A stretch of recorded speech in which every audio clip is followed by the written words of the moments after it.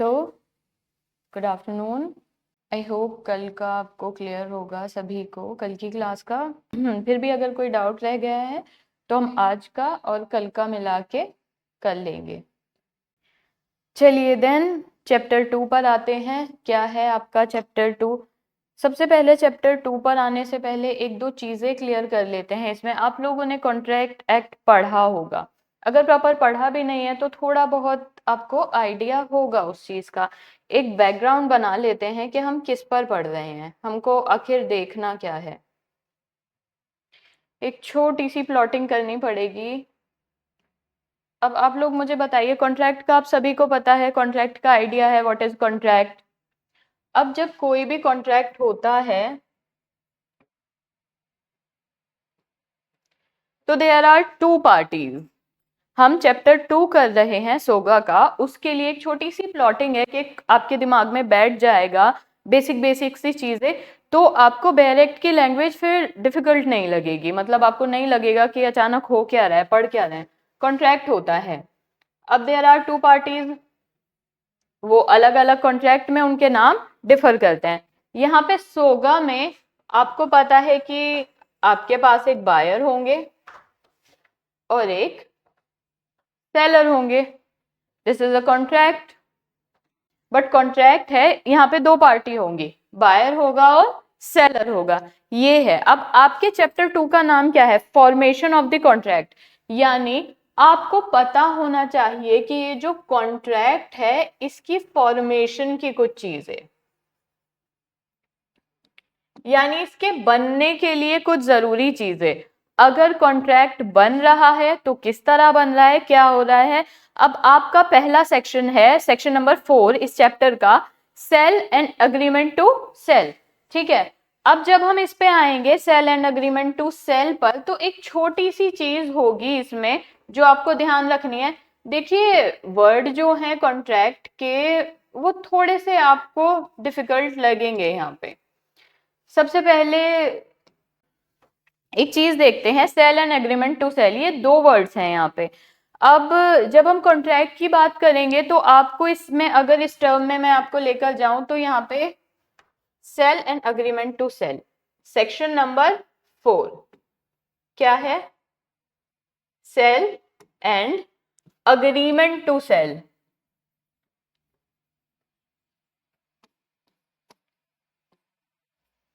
अब एक बात बताइए, इसमें क्या फर्क हो सकता है? दोनों बातों में क्या फर्क है? कहां पर सेल है और कहां पर अग्रीमेंट टू सेल है, इसके लिए आपको कॉन्ट्रैक्ट में जाना पड़ेगा। हमने कॉन्ट्रैक्ट में क्या पढ़ा था कि एक प्रपोजल, एक बंदा प्रपोज करता है और एक यानी ऑफर देता है और दूसरा एक्सेप्ट करता है। दो चीजें तो ये हो गई थी फॉर्मेशन ऑफ द कॉन्ट्रैक्ट के लिए। और उसी में ही क्या होता है कि अब यहाँ पे जैसे कि हम सोगा में पढ़ेंगे तो सेल होगा, तो यानी मान लीजिए ए पर्सन ने बी पर्सन को प्रपोजल दिया टू कॉन्ट्रैक्ट। इन्होंने प्रपोजल दिया, इन्होंने एक्सेप्ट कर लिया। अब मान लीजिए एक वॉच थी, ये वॉच खरीदना चाहते थे, तो इन्होंने इनसे कहा सेलर से कि क्या आप अपनी वॉच बेचेंगे? इन्होंने कहा यस बिल्कुल। फिर इन्होंने क्या पूछा? प्राइस पूछा, कितने में बेचेंगे? इन्होंने बोला 10 के। देन इन्होंने एक्सेप्ट कर लिया, ये जो बायर थे इन्होंने इनका अमाउंट भी एक्सेप्ट किया। जो वॉच है, अब वॉच देखकर जब ये अग्री कर रहे हैं कि हाँ मैं बाय करूंगा, इन्होंने वो भी एक्सेप्ट कर लिया। हाथों हाथ इमीडिएटली उसी वक्त इन्होंने इन्हें 10 के दे दिए और वॉच ले ली। अब यहाँ पे आप एक चीज समझ पा रहे हैं, जो बायर हैं और जो सेलर हैं, यहाँ पे इनका कोई फ्यूचर रिलेशन नहीं है। At the present moment buyer ने बोला कि मैं आपकी वॉच खरीदना चाहता हूं, इन्होंने उसका प्राइस बताया, ये उस शॉप पे गए थे तो इन्होंने इनको वो प्राइस पे कर दिया, प्राइस पे किया और तुरंत इन्होंने तभी हाथों हाथ वॉच बायर को हैंड ओवर कर दी। बात खत्म। तो आपका जो सेक्शन 4 है जिसमें सेल वर्ड जो यूज हो रहा है, सेक्शन 4 का जो सेल वर्ड है वो इस इमीडिएट कॉन्ट्रैक्ट की बात करता है। जो सेक्शन 4 में सेल वर्ड है वो आपके इस कॉन्ट्रैक्ट की बात करता है कि कोई कॉन्ट्रैक्ट हो रहा है जहां पे बायर कोई चीज खरीदना चाहते हैं और सेलर उनको एक प्राइस बताते हैं और इमीडिएटली वो प्राइस पेड होता है और वो चीज खरीद लेते हैं, यानी उनको डिलीवर कर देते हैं, पोजेशन ओनरशिप। और ये यहाँ पे सेक्शन 4 के अंदर सेल हो गई। लेकिन यहाँ पे दूसरा टर्म भी है। दूसरा टर्म क्या है? Agreement to sale. देखिए ध्यान से सुनिएगा, क्योंकि अगर ये अभी क्लियर नहीं होगा ना तो आपको सेक्शन 4 की फिर लैंग्वेज डिफिकल्ट लगेगी।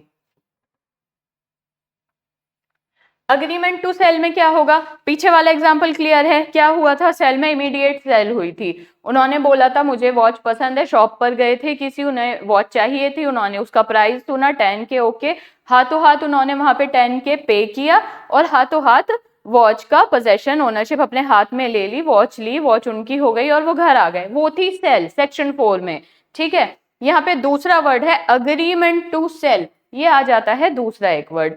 अग्रीमेंट टू सेल में इमीडिएट इफेक्ट नहीं होता, क्या आपने बोला और हो गया। अग्रीमेंट टू सेल में हम क्या करेंगे कि मान लीजिए कि आपके घर में कोई पार्टी है तो आपको 100 लोगों का लंच चाहिए,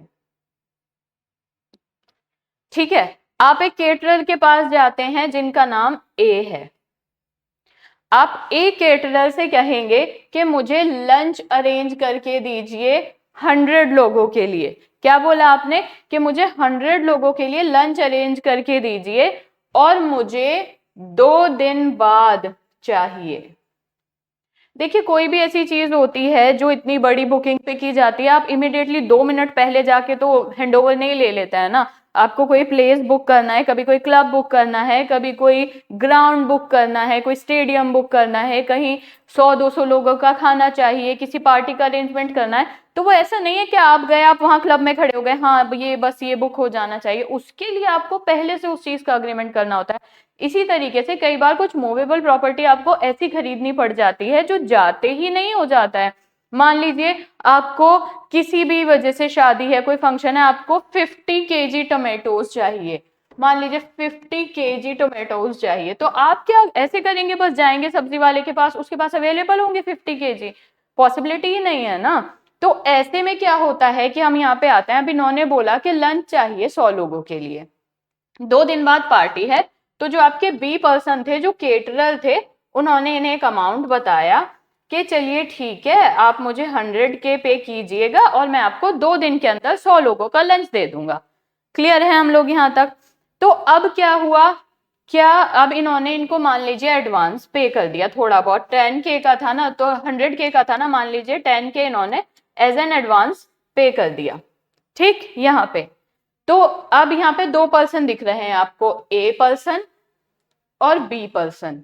अब यहाँ नोटिस करने वाली बात यह है, कॉन्ट्रैक्ट तो यहाँ भी हो रहा है, यहाँ भी सेल हो रही है, फूड सेल किया जा रहा है ना, यहाँ पे भी सेल तो यहाँ भी है। लेकिन जब ए पर्सन बी पर्सन के पास कॉन्ट्रैक्ट करने आए थे तो क्या वो अपने साथ कोई गुड्स लेकर गए?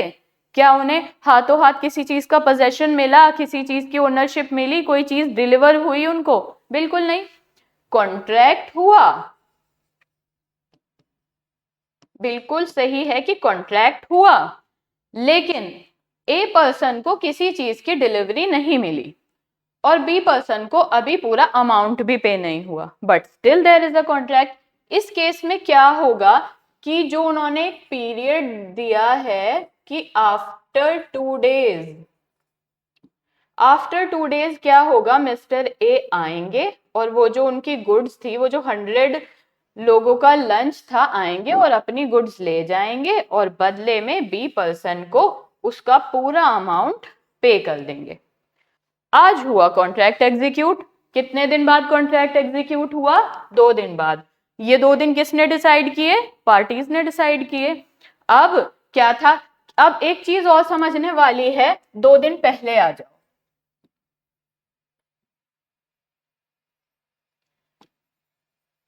क्या उस टाइम पे ये जो गुड्स की आज डिलीवरी हुई है, ये जो लंच की आज डिलीवरी हुई है, क्या 2 दिन पहले ये गुड्स एग्जिस्ट करती थी? था वो लंच एग्जिस्टेंस में था? बिल्कुल नहीं था। 2 दिन पहले तो ये लंच एग्जिस्ट ही नहीं करता था, ये तो 2 दिन बाद एग्जिस्टेंस में आया, पहले थोड़ी था। हाँ, 2 दिन पहले ये गुड्स भी एग्जिस्ट नहीं करती थी, तो ये लंच क्या हुआ, ये एक फ्यूचर गुड हुई ना, ये फ्यूचर गुड्स मानी जाएगी, हाँ या ना।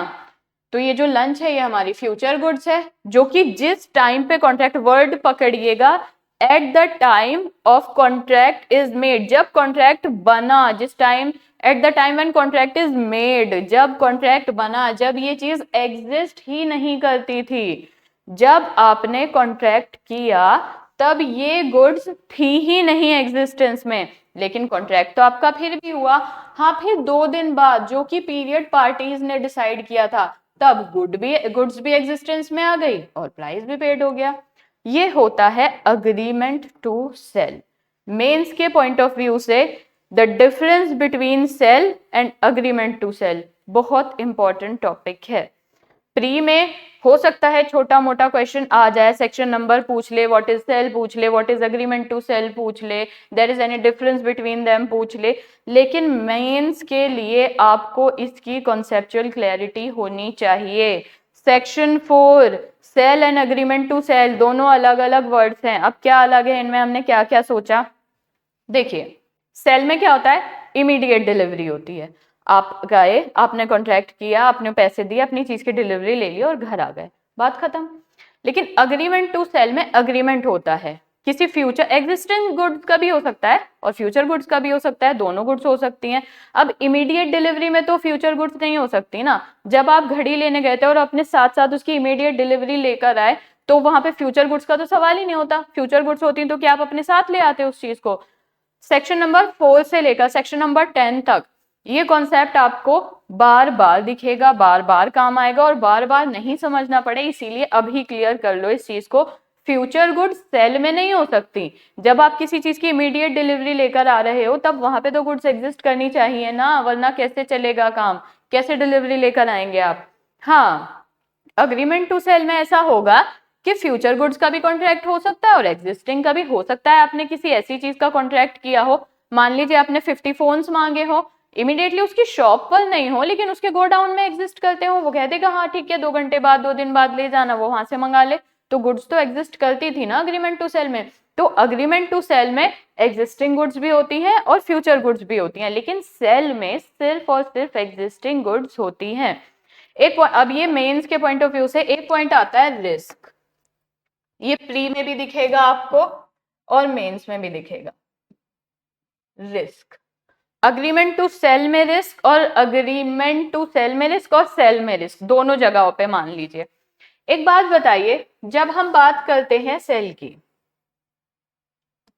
तब क्या हुआ कि ए पर्सन आए दुकान पर, 20 पर्सन से कोई चीज खरीदी, उनको प्राइस दिया और अपने साथ डिलीवरी ले गए अपनी गुड्स की, तो इमीडिएटली जो रिस्क था, अब मान लीजिए घर ले गए हैं, गारंटी वारंटी की में कोई नहीं जाएगा फिलहाल, on the face of it सुनिए, मान लीजिए गुड्स अपने साथ ले गए हैं और घर जाते जाते ये इनसे गिर गया, मान लीजिए कि इन्होंने कप खरीदा था, मग था, कुछ था, कांच का था ओवरऑल, और ये घर लेकर गए और ये इनसे गिरकर टूट गया, क्या इनका कोई नुकसान हुआ? नो, हमारे सेलर का तो कोई नुकसान ही नहीं हुआ, क्योंकि सेल के अंदर जो रिस्क होता है वो इमीडिएटली ट्रांसफर हो जाता है to the buyer. Immediate delivery है, इमीडिएटली जो आपका रिस्क है वो साथ साथ चला जाता है आपके बायर के। अब आप इस कप को घर ले जाके तोड़ें, शॉप पर ही तोड़ दें, रास्ते में तोड़ लें या कहीं भी आप खो दें, कुछ भी करें, आपको इमीडिएट डिलीवरी मिल गई है ना। अब रिस्क किसका हुआ? बायर का, ठीक है, सेलर का तो नहीं हुआ ना, एक बार उसने पोजीशन दे दिया, बात खत्म हो गई। लेकिन ये चीज थोड़ी डिफर करती है कहां पे? अग्रीमेंट टू सेल में।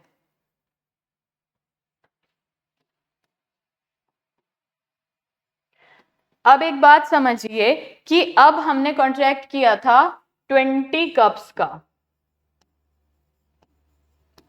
ठीक, और जिसकी डिलीवरी होनी थी 2 घंटे बाद।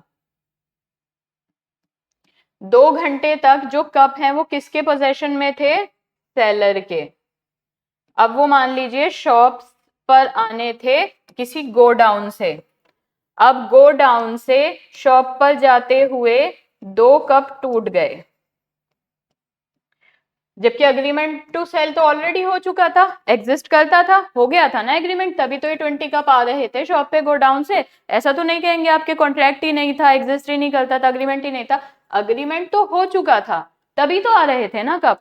अग्रीमेंट था जिसमें से 2 कप टूट गए, हो सकता है पेमेंट भी हो गई हो इसकी, लेकिन अगर ये जो 2 कप टूटे हैं तो आप बायर से कहेंगे कि भाई अब तो कॉन्ट्रैक्ट हो गया था, आपने पैसे दे दिए थे, अब तो ये 20 कप आपके थे और ये जो 2 कप टूट गए हैं आपका रिस्क है। नहीं, आप ऐसा नहीं कर सकते। पोजेशन में सेलर के थी अभी। इन अग्रीमेंट टू सेल जब तक बायर को हैंडओवर नहीं की जाती है, वो जब तक वो पीरियड नहीं आता है, तब तक रिस्क सेलर पे रहता है। किस पे रहता है? सेलर पे। रिस्क को लेकर बहुत क्वेश्चन बनते हैं। इसमें सेल के अंदर रिस्क किस पे होता है और अग्रीमेंट टू सेल में रिस्क किस पे होता है। तो अब आप यहाँ पे क्लियर हैं? मुझे जल्दी से ये बताइए, sale and agreement to sale आप लोगों को क्लियर है अच्छे से? अग्रीमेंट टू सेल क्या है और सेल क्या है और इसमें रिस्क क्या है? जल्दी जल्दी आप मुझे बताइए। यहां तक क्लियर हैं हम लोग? अब आ जाएं अपने डायरेक्ट पे। कहीं कुछ पूछना है तो आप वो बता दीजिए। All clear? यहाँ तक देखिए, डायरेक्ट पर आ जाएं। अब आपके दिमाग में अगर स्टोरी क्लियर है तो आपको फिर डायरेक्ट पढ़ना टफ नहीं लगेगा। चलिए अब आते हैं हम चैप्टर 2। अब जब हमने इतनी कहानी सुन ली है तो अब डायरेक्ट की लैंग्वेज से डरना नहीं चाहिए, क्योंकि अब आपको पता है कहाँ सेल है, कहाँ अग्रीमेंट ऑफ सेल है। Chapter 2 formation of the contract. अब हम इसमें पढ़ेंगे कैसे कॉन्ट्रैक्ट फॉर्म हो रहा है, कैसे बन रहा है, कैसे कॉन्ट्रैक्ट ऑफ सेल हो रहा है। तो अब वो हमारे लिए इतना डिफिकल्ट नहीं रहेगा। अब आप बताइए, आपको पता है सेल क्या होता है? जो आपका सेक्शन 4 है, सेक्शन 4 आपको सेल कह रहा है, तो आपको तो पता है ना कि सेल क्या है, और आपको ये भी पता है कि एग्रीमेंट टू सेल क्या है। यहाँ तक तो आप लोगों को कोई इशू होना ही नहीं चाहिए। अब आ जाते हैं डायरेक्ट की लैंग्वेज पे। सबसे पहले ये देखने से पहले आप लोग डायरेक्ट देखिए और उसके बाद हम इस पे आते हैं, इसमें समझाऊंगी। बट डायरेक्ट एक बार पढ़ते हैं, उसकी लैंग्वेज देखिए ध्यान से। जिन पे नहीं है वो स्लाइड्स ही देख लें। A contract of sale of goods is a contract whereby the seller transfers or agree to transfer the property in goods to the buyer for a price. सिर्फ यहीं तक देखना है अभी आपको। A contract of sale of goods, goods का contract हो रहा है, बेचने का। अब यहाँ पे आप पहले वर्ड पे आएंगे, कॉन्ट्रैक्ट ऑफ सेल। सिर्फ कॉन्ट्रैक्ट ऑफ सेल वर्ड देखिए, कॉन्ट्रैक्ट ऑफ सेल। यानी फर्स्ट थिंग, हम अग्रीमेंट टू सेल की बात नहीं कर रहे हैं, ठीक है? किसकी बात नहीं कर रहे हैं हम? अग्रीमेंट टू सेल की बात बिल्कुल नहीं कर रहे हैं। हम अभी सिर्फ सेल की बात कर रहे हैं। तो क्या यहाँ पर अभी हम सब क्लियर हैं कि सेल क्या है? इमीडिएट डिलीवरी, बाइंग सेलिंग, मैंने पैसे दिए, सामान ले लिया, मैं घर आ गई, मुझे इमीडिएटली डिलीवरी मिल गई। यहाँ पे अभी उसकी बात हो रही है। क्लियर? तो देखते हैं इसमें क्या होता है। ये कॉन्ट्रैक्ट होता है जहां पे जो सेलर है हमारे, जो बेच रहे हैं कोई चीज, वो या तो ट्रांसफर करेंगे या फिर अग्री कर लेंगे ट्रांसफर करने के लिए। लेकिन अगर वो इमीडिएट ट्रांसफर करेंगे तो ही सेल है।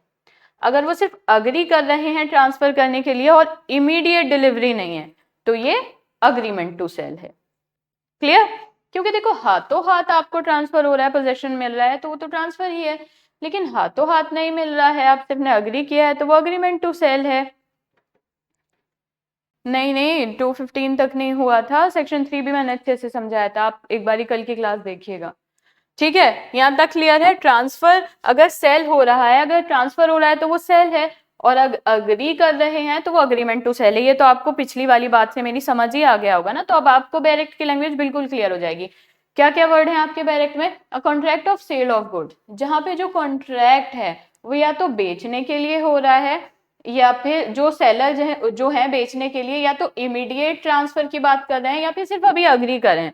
इमीडिएट ट्रांसफर कर रहे हैं तो सेल में कर रहे हैं, अग्री कर रहे हैं तो अग्रीमेंट टू सेल में कर रहे हैं। क्या अब किस चीज की बात हो रही है? प्रॉपर्टी की बात हो रही है। किस चीज के लिए? For a price. Barter system नहीं है, चीजों के बदले चीजें, सर्विसेज के बदले चीजें नहीं हो सकती। You have to agree for a price. याद रखिएगा, कॉन्ट्रैक्ट का एक एसेंशियल होता है consideration. In the contract act in this होगा, the consideration must be price. यानी आप जो कॉन्ट्रैक्ट कर रहे हैं वो किसी प्राइस के लिए होना चाहिए। जो आपकी कंसिडरेशन है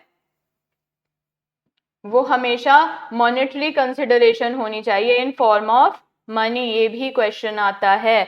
कंसिडरेशन हमेशा in the form of money होनी चाहिए, ठीक है।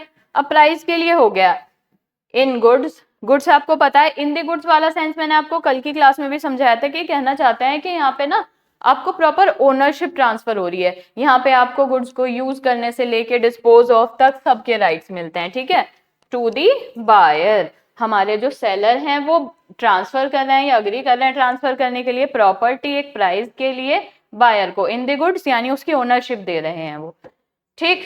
ये वाली बात समझ आई।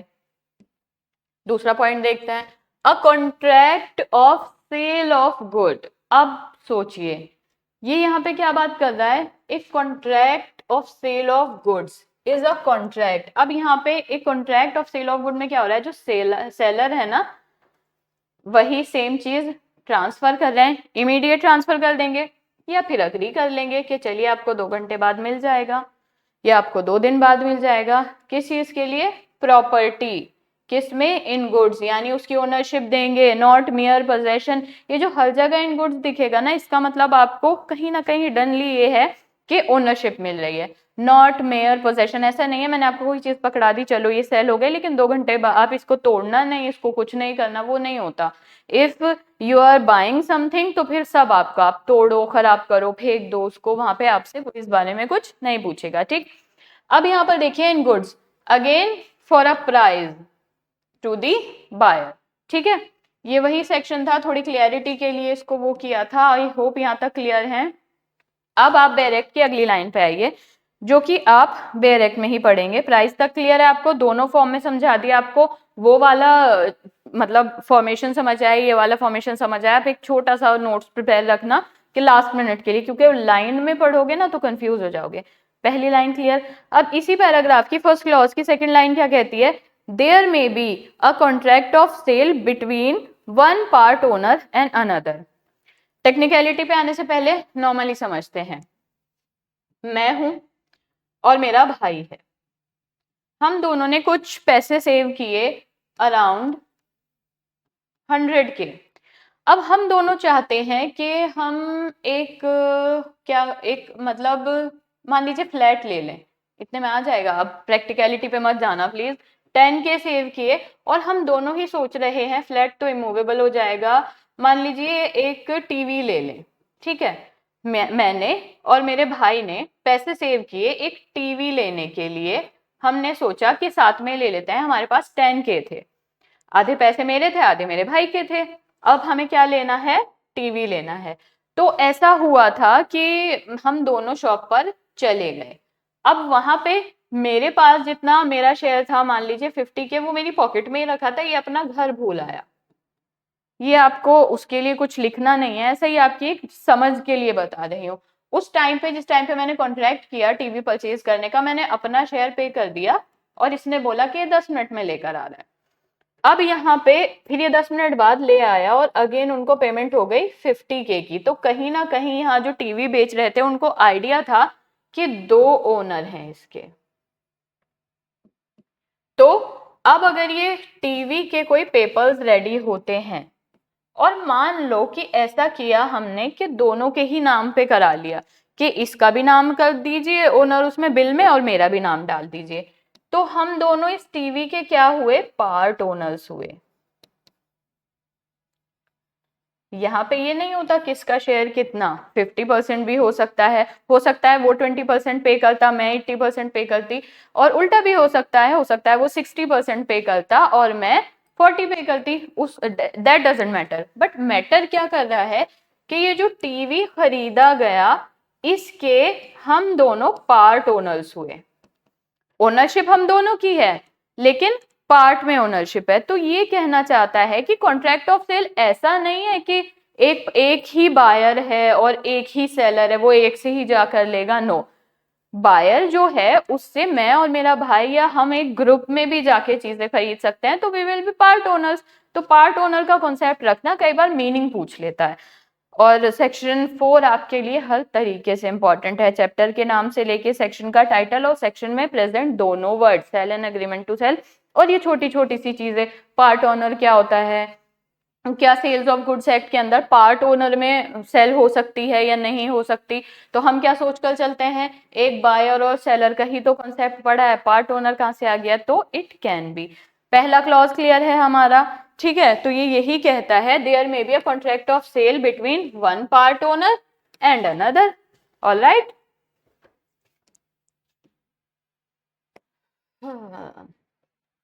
अब मान लीजिए कि मैं गई थी सामान लेने, बट मैंने उनको बोला कि मुझे चाहिए बैंगल्स, बट जो आप बैंगल्स बनाएंगे ना मेरे लिए, वो रेड और ब्लू ही होनी चाहिए बस।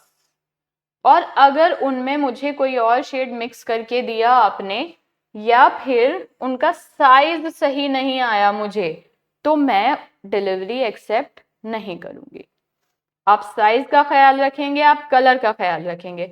मैंने क्या दे दी, सेलर को एक कंडीशन दे दी। क्या दे दी मैंने उनको, कंडीशन दे दी।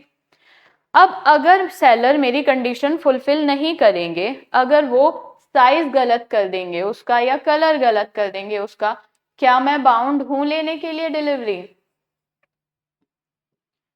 क्या मैं कॉन्ट्रैक्ट के अंदर लायबल हूं कि मैं पे करके आऊं? क्या वो मुझ पर सू कर सकते हैं अगर मैं डिलीवरी लेने से मना कर दूं? नहीं। मेरी कंडीशन थी ना कॉन्ट्रैक्ट करते हुए, मेरी कंडीशन फुलफिल कीजिए आप, after that I will pay you. अगर मेरी कंडीशन, कंडीशनल कॉन्ट्रैक्ट में ऐसा होता है कि अगर आपकी कंडीशन नहीं मानी गई है, then you are not bound to pay, आप नहीं पे करेंगे। एब्सोल्यूट हो सकता है, सीधी सी बात ये है कि एब्सोल्यूट कैसे होगा। ये एक वॉच है, मैंने देखी, मैंने बी से बोला मुझे ये चाहिए, जैसी भी है ये ऐसे ही उठाकर दे दो, एब्सोल्यूटली मैंने उसको एक्सेप्ट कर दिया।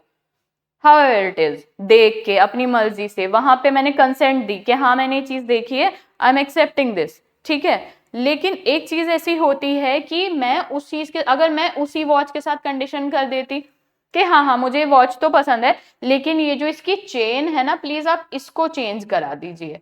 वॉच ठीक है, लेकिन आप इसकी चेंज में थोड़ी ऑल्टरेशन, या मैंने कलर चेंज जो भी बोला, मैंने उसकी कंडीशन रख दी, तो एब्सोल्यूट है, तो मैं वहां पे एब्सोल्युटली वहां पे उस चीज को एक्सेप्ट करूंगी। और एब्सोल्यूट सेल में भी ना, अगर जिस पोजीशन में, जिस स्टेट में मैंने उस चीज को एक्सेप्ट किया है, मैं वही लूंगी। अगर मेरी एब्सोल्यूट सेल में भी अगर सेलर ने कुछ कर दिया तो मैं वहां पे बाउंड नहीं हूं।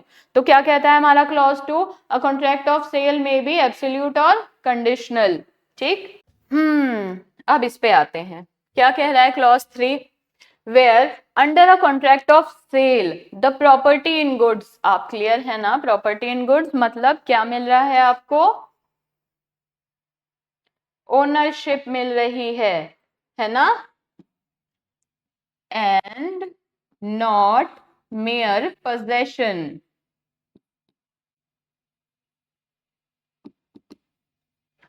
ठीक है, under a contract of sale the property in goods, यानी you are taking the ownership not mere possession, सिर्फ पोजेशन नहीं जा रहा है आपके पास, सेल हो रही है तो ओनरशिप है। क्या, तो फिर ये ट्रांसफर वर्ड किसके लिए है कि आपको ये चीज ट्रांसफर हो रही है, ओनरशिप ट्रांसफर हो रही है, तो property in goods is transfer, यानी ओनरशिप इज ट्रांसफर्ड। तो ओनरशिप ट्रांसफर होना भी हमारी एक कंडीशन ही है, किससे, सेलर जो बेच रहे हैं उनसे बायर को।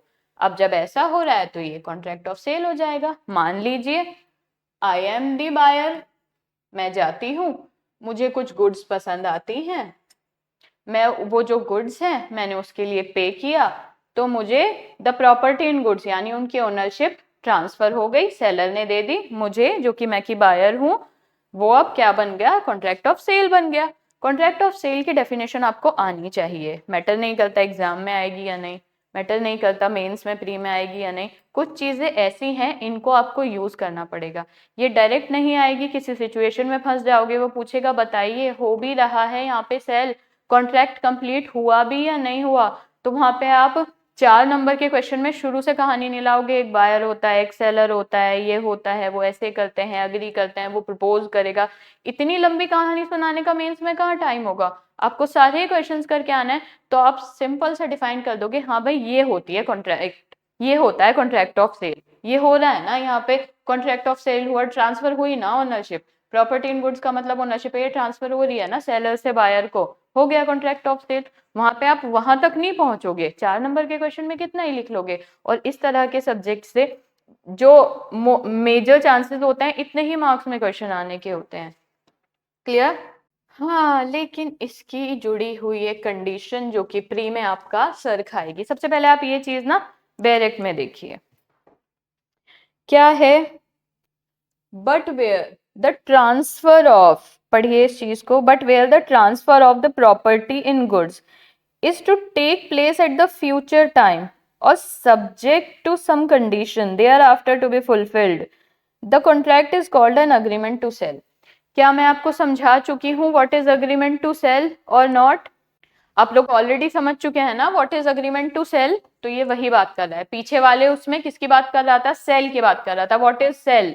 ये किसकी बात कर रहा है? Agreement to sale. अभी जब तक हम सेक्शन 10 पे नहीं पहुंचते हमें कई बार सेल और अग्रीमेंट टू सेल देखने मिलेगा, इसीलिए मैंने वो पहले ही कहानी क्लियर करा दी थी। अब हम यहाँ पे क्लियर हैं क्या कह रहा है। लेकिन एक तो क्या कह रहा है कि जहां पर जो ट्रांसफर होगा ओनरशिप का वो कब होगा? किसी फ्यूचर टाइम पे होगा, यानी इमीडिएट डिलीवरी नहीं है। क्या आप लोग यहाँ तक समझ गए थे जब मैंने स्टार्ट ही ऐसे कराया था कि अगर इमीडिएट डिलीवरी नहीं है, किसी फ्यूचर टाइम पे हो रहा है, तो वो सेल नहीं है सेक्शन 4 में, वो अग्रीमेंट टू सेल है। ठीक है, ये तो आपको क्लियर है अब। या फिर कोई कंडीशन रख देते हैं, कंडीशनल ट्रांसफर भी अग्रीमेंट टू सेल में ही आता है। क्यों? क्योंकि कंडीशंस कई बार ऐसे होता है इमीडिएटली कंप्लीट नहीं हो रही होती हैं। मेक इट मोर शार्प, अभी वॉच वाली बात बता रही थी। अगर मैंने उससे बोला कि इसकी चेन ठीक करिए, आप वॉच ठीक है लेकिन इसकी चेन ठीक करिए, क्या वो वहीं खड़े खड़े जादू से उस चेन को ठीक कर देंगे? नहीं, चाहे उन्हें उसके लिए 2 मिनट लगे, लेकिन लगेगा टाइम, इमीडिएटली नहीं होगा। ये जो 2 मिनट का पीरियड होगा ना जिसमें इस घड़ी की चेन ठीक हो रही है, तब तक इसका पोजेशन हमारे सेलर के पास ही होगा, रिस्क भी सेलर पे ही होगा। चेन ठीक करते में टूट गई घड़ी, फिर क्या बायर का लॉस है? बिल्कुल नहीं। इन भले ही 2 मिनट की बात है लेकिन पोजेशन किस पे है? सेलर पे। रिस्क किस पे है? सेलर पे। तो ये क्या है? अग्रीमेंट टू सेल है, सेल नहीं है। इसीलिए वो कॉन्सेप्ट स्टार्ट में क्लियर किया था हमने। तो ये कंडीशन फुलफिल हो जाएगी, वो चेन कर देंगे ठीक, उसकी चेन जो भी मैं करा रही थी मुझे चेन ठीक करके मिल जाएगा, मैं एक्सेप्ट कर लूंगी, तो ये अग्रीमेंट टू सेल क्या बन जाएगा? फिर तो सेल बन जाएगा जब मुझे डिलीवरी मिल जाएगी तो, है ना। अगर डिलीवर हो गया है फिर थोड़ी अग्रीमेंट रहा, फिर तो अग्रीमेंट फुलफिल हो गया, फिर तो एग्जीक्यूट हो गया। ठीक है, अब जो मैंने बताया कि जो आपका अग्रीमेंट टू सेल है, क्यों ये जो अग्रीमेंट टू सेल है आपका, ये सेल कब बनेगा? कब इस चीज को सेल कहा जाएगा? जब वो आपने जो कंडीशन बोली थी कि इसकी चेन ठीक कीजिए, उन्होंने कर दी, फिर उन्होंने आपको डिलीवरी भी दे दी, आपने पे कर दिया, हो गई ना बात खत्म। आपके हाथ में आ गई ना घड़ी, रिस्क किस पर आ गया? बायर पे आ गया। अब जब उन्होंने चेन ठीक करी और मुझे दे दी, तो एज अ बायर अब पोजेशन किसके पास है? ओनरशिप किसके पास है घड़ी की? मेरे पास है। मेरे पास है तो रिस्क किसके पास है? मेरे पास है, बायर के पास है। अब तो ओनरशिप मिल गई है ना मुझे, कंप्लीट हो गया, एग्जीक्यूट हो गया। पहले अग्रीमेंट टू सेल था, वो पहले क्या था? अग्रीमेंट टू सेल था, लेकिन अब जब सब कुछ मेरे पास आ चुका है तो अब तो वो सेल ही बन गया ना।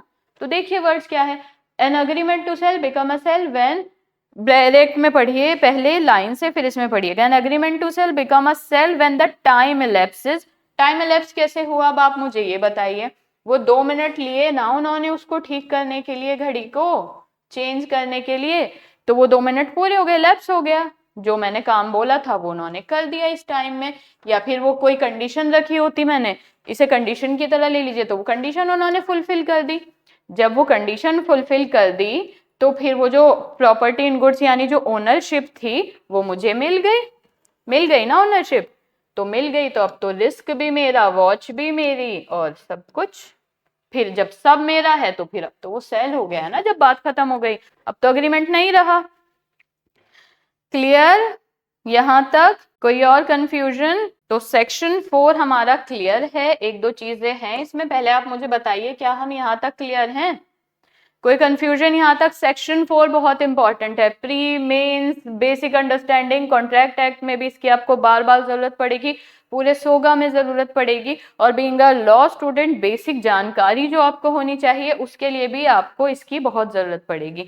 कोई कंफ्यूजन तो नहीं है?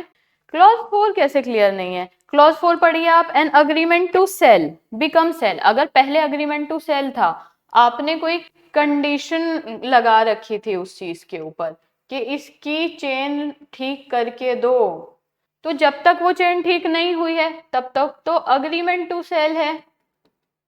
उसने चेन ठीक कर दी आपकी, आपको आपकी घड़ी दे दी, आपकी चेन ठीक हो गई है ना, आपको ओनरशिप मिल गई है ना, आपके पास आ गई ना ये घड़ी ठीक होकर, आपने पे कर दिया ना, तो जिस बात के लिए अग्रीमेंट किया था वो सारी चीज फुलफिल हो गई ना, प्राइस पे हो गया, सब कुछ हो गया, तो अब अग्रीमेंट कहाँ रहा? अब तो वो एग्जीक्यूट हो गया, तो वो सेल बन गया। Clear? Preeti, I am sorry Preeti, अब बताइए, अब क्लियर या अभी भी नहीं? टाइम इलेप्स, अरे बेटा वो जो मैंने बताया था कि वो जो घड़ी में जो चेन ठीक करने में उसे कुछ तो देर लगी होगी, मैजिक नहीं है ना उनके पास। उन्हें अगर मैंने चेन इसकी रिप्लेस करने को कहा कि मुझे ये नहीं पसंद है, तो उन्होंने बोला मैम आप 2 मिनट बैठ जाइए, हम 2 मिनट में करके देते हैं। तो जब ये 2 मिनट कंप्लीट हो जाएंगे, घड़ी ठीक हो जाएगी, तो टाइम इलेप्स माना जाएगा ना। After that 2 minute time ellipse हो गया ना, ये वाला पूरा हो गया ना टाइम, तो मिल जाएगा। या फिर ऐसा कुछ होता है कि 2 दिन बाद ले लीजिएगा, 2 साल बाद ले लीजिएगा, 2 घंटे बाद डिलीवर करिएगा। ये अगर कोई भी कंडीशनल मतलब सेल में, अग्रीमेंट में जो भी टाइम होता है, जब वो टाइम पूरा हो जाता है तो टाइम इलेप्स हो जाता है। कोई चीज हो सकता है बन के ही तैयार उतनी देर में हो, 3 दिन बाद तैयार हो जाएगी, 4 दिन लगेंगे तैयार होने में, 1 महीना लगेगा उगने में। मान लीजिए हार्वेस्ट है, कोई खेती हो रही है, उन्होंने बोला 6 महीने बाद उगेगा, तो वो जब 6 महीने पूरे हो जाएंगे तो टाइम इलेप्स हो गया। अब सबसे पहले, अब यहाँ पे क्या है, सेक्शन नंबर 5 खोलिए आप इसमें। सेक्शन 5 क्या आता है? Contract of sale how made. अब एक वर्ड पे जाएंगे आप, contract, how made, formalities. Contract of sale हो या कॉन्ट्रैक्ट हो, अलग नहीं है, सब एक ही चीज होती है। कॉन्ट्रैक्ट कैसे बनता है? अगर मैं आपको खड़ा करके फोर्सफुली मैं बोलूं नहीं क्या आप मुझे जानते नहीं हैं, आप मेरे लिए इतना नहीं कर सकते, एक अनड्यू इन्फ्लुएंस दूं आपको, या फिर मैं गन पॉइंट पे कोई चीज कराऊं, तो वो सारी चीजें कॉन्ट्रैक्ट, जो कॉन्ट्रैक्ट एक्ट में कॉन्ट्रैक्ट के लिए जरूरी है ना, कि वॉलंटरी किया हो, माइनर ना हो, ये सारी चीजें कॉन्ट्रैक्ट के लिए भी यहाँ पे भी एप्लीकेबल होती हैं। अब देखिए सेक्शन क्या कह रहा है आपका, पहला क्लॉज देखिए इसका, पहले डायरेक्ट में देखेंगे आप लोग, बाद में आएंगे। A contract of sale is made by an offer, बिल्कुल कॉन्ट्रैक्ट की तरह, वहां पे भी ऑफर और एक्सेप्टेंस होता है ना। टू बाय और सेल, ऑफर कौन कर सकता है? मी अ पर्सन, मैं खरीदने के लिए भी किसी को बोल सकती हूँ कि मैं ये खरीदना चाहती हूँ, क्या प्लीज आप मुझे बेच दोगे ये, तो मैं एज अ बायर वहां पे ऑफर कर रही हूँ उनको। या मैं एज अ सेलर कह सकती हूँ कि आपको मेरा ये सामान खरीदना है, तो मैं एज अ सेलर भी ऑफर कर सकती हूँ, है ना, कोई कंफ्यूजन नहीं है, ठीक है। अब ऐसे ही थोड़ी कि बार्टर सिस्टम है, आप मेरा पेन ले लो और आप मुझे अपनी घड़ी दे दो, ऐसे नहीं होगा ना, एक प्राइस होता है, फॉर अ प्राइस। मैंने आपको अभी 2 मिनट पहले भी बताया था, कॉन्ट्रैक्ट्स में कभी भी ऐसा नहीं होता कि सर्विसेज के बदले गुड्स ले लो, गुड्स के बदले सर्विसेज ले लो, बार्टर सिस्टम नहीं है। The consideration must be monetary, money consideration होगी, and the acceptance of such offer. अब अगर मैं एज अ बायर किसी को ऑफर दे रही हूँ कि मुझे आपका ये खरीदना है, प्लीज आप बेचोगे, तो मैं बायर हूँ, वहां पे सेलर मेरा ऑफर एक्सेप्ट करेंगे। अगर मैं एज अ सेलर बोल रही हूँ प्लीज ये सामान ले लीजिए आप, तो वहां पे एज अ बायर कोई मेरा ऑफर एक्सेप्ट करेगा, यानी ऑफर भी हो रहा है, एक्सेप्टेंस भी हो रहा है, ठीक है। द कॉन्ट्रैक्ट में provide for the immediate delivery of the goods, immediate delivery हो रही है तो सेल है, ठीक, इमीडिएट डिलीवरी है तो सेल है। और अगला पॉइंट क्या कहता है? और इमीडिएट पेमेंट, तो वहां पे ऐसा हो सकता है कि मैं इमीडिएटली पैसे दे दूं उस चीज के और वो सामान ले लूं, दोनों चीज इमीडिएटली हो सकती है। या फिर हो सकता है कि मैं डिलीवरी तो इमीडिएट ले लूं, लेकिन मैं पैसे उससे बोलूं कि मैं आपको थोड़ी देर बाद पे करती हूँ, या अभी पीछे से मेरा भाई लेकर आ रहा है। या फिर ऐसा हो सकता है मैं उसको पैसे तो दे देती हूँ तभी, कि लीजिए आपके 500 हुए हैं, आप 500 रखिए, बट हाँ ये सामान मुझसे उठेगा नहीं, बहुत हैवी है, मैं अपने घर से किसी को भेजती हूँ वो ले जाएंगे, या वही बोलते हैं कि वो घर पे डिलीवर करा देंगे। अमेजोन का एग्जांपल लेते हैं, मान लीजिए आप ऑनलाइन पेमेंट कर देते हैं, आपने ऑनलाइन पेमेंट कर दी तो यहाँ पे जो पेमेंट हुई वो तो इमीडिएटली हो गई, लेकिन 2 दिन बाद 3 दिन बाद आपका ऑर्डर डिलीवर होता है, तो जो डिलीवरी हुई वो थोड़ा डिले हुई, थोड़े बहुत टाइम के बाद हुई। तो वो कह रहे हैं कि ये सभी कॉन्ट्रैक्ट में आएंगे, आप डिस्टिंग्विश नहीं कर सकते, नहीं भाई पेमेंट इमीडिएटली नहीं हुई, ये नहीं हुआ, सब कॉन्ट्रैक्ट ऑफ सेल है। हाँ ऐसा माना जा सकता है कि सेल है या अग्रीमेंट टू सेल है, वो डिपेंड करता है, जो हमने पीछे पढ़ लिया कि इमीडिएट ट्रांसफर हो रहा है या नहीं, वो उसमें डिस्टिंग्विश हो सकता है। तो क्या अग्रीमेंट ऑफ सेल डिलीवर होने के बाद सेल नहीं बन जाता? बिल्कुल बन जाता है। तो ये आपको यही बता रहे हैं कि आप इन चीजों में नहीं उलझेंगे कि इमीडिएट डिलीवरी हो रही है या नहीं, इमीडिएट पोजेशन मिल रहा है या नहीं। कॉन्ट्रैक्ट किया ना आपने, आपको पैसे देने ही देने हैं, चाहे आप 2 दिन बाद दें, अभी दें, इंस्टॉलमेंट्स में दें, आपको डिलीवरी मिलनी ही है। 1 दिन बाद मिले, 2 दिन बाद मिले, एक डिसाइडेड पीरियड के बाद मिले, आपने बोला मुझे 6 दिन बाद चाहिए, तो वो सब, ये पूरा ही सेक्शन आपको ये बताता है कि इन चीजों में उलझना ही नहीं है आपने। देखिए क्या कह रहा है, कॉन्ट्रैक्ट ऑफ सेल कुछ भी हो सकता है। कैसे? एक ऑफर करा, खरीदने या बेचने का कोई भी ऑफर करूंगी मैं, फिर वो एक्सेप्ट हो गया मेरा ऑफर, और उनको पैसे चाहिए ना उस चीज के बदले, मॉनेटरी कंसिडरेशन चाहिए, तो यहाँ तक तो हम क्लियर ही हैं। अब क्या होगा, कॉन्ट्रैक्ट तो बन गया वो कॉन्ट्रैक्ट तो बन गया वो, लेकिन इमीडिएट डिलीवरी भी हो सकती है, यानी आप सामान लेने गए और आपने ले लिया, इमीडिएट गुड्स की, जो भी आप सामान खरीद रहे हैं। इमीडिएट पेमेंट भी हो सकती है, आप सामान लेने गए, हाथों हाथ आपने पैसे दे दिए, और है ये भी हो सकता है, ये भी हो सकता है, या हो सकता है दोनों हो जाए, हाथों हाथ पैसे दिए, हाथों हाथ सामान लिया, या हो सकता है हाथों हाथ पैसे तो दे दिए, डिलीवरी थोड़ी दिन बाद कर देगा अमेजोन, या हो सकता है उसने आपको सामान तो डिलीवर कर दिया, आपने बोला कि 2 घंटे बाद पैसे ले लेना, एनीथिंग इज पॉसिबल। आप क्वेश्चन नहीं उठाएंगे कि कॉन्ट्रैक्ट नहीं है, सिर्फ ये समझाना चाहता है ये सेक्शन आपको, ठीक है। या फिर ये भी हो सकता है कि जो डिलीवरी है या फिर पेमेंट है, दोनों ही चीजें इंस्टॉलमेंट्स में हो, एक साथ आए नहीं। हो सकता है कि जो आप पैसे हैं आप वो इंस्टॉलमेंट्स में दे, होता है ना, ईएमआई पर ले लेते हैं, वो इंस्टॉलमेंट्स ही तो है, आपने फोन खरीदा, आपने ईएमआई पे लिया, तो आपकी जो पेमेंट हो रही है वो इंस्टॉलमेंट में हो रही है। कई बार ऐसा होता है डिलीवरी भी इंस्टॉलमेंट्स में होती है। लेट्स फॉर एग्जाम्पल, आपने एक बॉक्स ऑर्डर किया किसी को गिफ्ट करने के लिए, उसमें आपने बहुत सारे फूड आइटम्स और मेकअप इक्विपमेंट्स कुछ भी ऑर्डर किया, बट वो आपको प्रॉपर डिलीवरी नहीं मिली, वो पार्ट में डिलीवर कर रहा है। एक दिन, कई बार करते हैं ना अमेजोन से भी, अगर बहुत सारी चीजें आपने तो एज अ पूरा हैम्पर ऑर्डर किया, बट उन्होंने पार्ट में डिलीवरी की, आधा सामान आज आ गया, आधा कल आ गया, तो क्या कहोगे आप, ये कॉन्ट्रैक्ट नहीं है? ऐसा नहीं होता है। ये सेक्शन आपको ये क्लियर करा रहे हैं कि इन सब में नहीं पढ़ना है आपको, इंस्टॉलमेंट्स में पेमेंट भी हो सकती है, इंस्टॉलमेंट्स में डिलीवरी भी हो सकती है। तो ये जो डिलीवरी और पेमेंट है ना, ये पोस्टपोन भी हो सकती है। यहाँ तक पोस्टपोन कैसे हो सकती है, मान लीजिए आपने पे करे 10K एक छोटा सा लकड़ी का घर रेडी कराने के लिए, अब उसने कहा था कि आप 2 दिन बाद ले लेना, क्या कहा था उसने, 2 दिन बाद ले लेना, पर जिस स्पेसिफिक लकड़ी से ये घर बनना था ना छोटा सा, वो लकड़ी उसको मिली ही नहीं। वो आपको कॉल करता है और कहता है कि मैम आप या सर आप इसको 4 दिन बाद ले लेना प्लीज, मुझे लकड़ी नहीं मिल पाई है। क्या फिर आप कह दोगे कि नहीं ये तो कॉन्ट्रैक्ट नहीं है? हाँ, टाइम अगर एसेंशियल कंडीशन होता है तो वो एक अलग चीज है, बट जनरली अगर आप एक्सेप्ट कर लेते हो उसकी बात, तो फिर तो एक कॉन्ट्रैक्ट है, 4 दिन बाद ले लेना, आप पे करोगे, आपको डिलीवरी मिल जाएगी। तो ये सेक्शन आपको मोटे तौर पे ये बताता है कि इन सब चीजों में नहीं उलझना, ये सभी चीजें जो हैं, ये सारी ही चीजें आपकी कॉन्ट्रैक्ट हैं, आप इसमें नहीं करोगे। या फिर हो सकता है आपकी जो पेमेंट है और जो डिलीवरी है दोनों ही पोस्टपोन हो जाए। मान लीजिए ईएमआई होती है, आपने फोन की ईएमआई की और किसी मंथ ऐसे हुआ कि आप पे नहीं कर पाए, आप वहां पे, आपको बैंक से कॉल आती है कि आपको पे करना है, और आप वहां पे थोड़ी सी अपनी मजबूरी बताते हैं, और मजबूरी बताने के बाद उनसे थोड़ा टाइम मांगते हैं कि मैं 2 इंस्टॉलमेंट्स एक साथ पे कर दूंगा, प्लीज मुझे थोड़ा सा टाइम दे दीजिए। यहाँ पे आपकी पेमेंट पोस्टपोन हुई है ना, तो क्या ये कॉन्ट्रैक्ट नहीं है? Still this is a contract.